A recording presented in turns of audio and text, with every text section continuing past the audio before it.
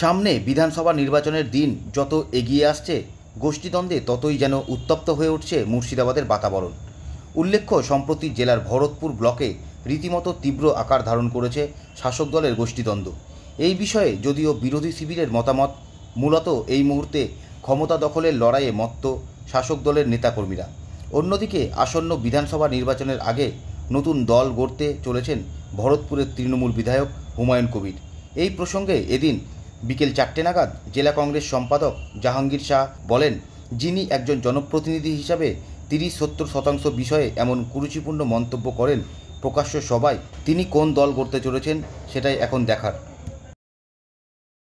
দেখুন, হুমায়ুন কবির বর্তমান রাজনীতির প্রেক্ষাপটে তৃণমূলের শাসন ব্যবস্থায় ওনার যে বক্তব্য, গত লোকসভা ভোটে দেখেছেন মমতা ব্যানার্জির নেতৃত্বে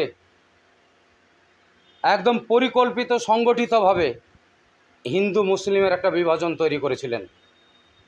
মুর্শিদাবাদ জেলা মুসলিম অধ্যুষিত এরিয়া, সেখানে 30% হিন্দুদের কেটে গঙ্গায় ভাসিয়ে দেওয়ার কথা বলেছেন। কংগ্রেস রাজনীতি তাতে বিশ্বাসী নয়। কংগ্রেস রাজনীতি ধর্মনিরপেক্ষর মেরুদণ্ড, গণতন্ত্র প্রতিষ্ঠাকারী দলের নাম হচ্ছে কংগ্রেস।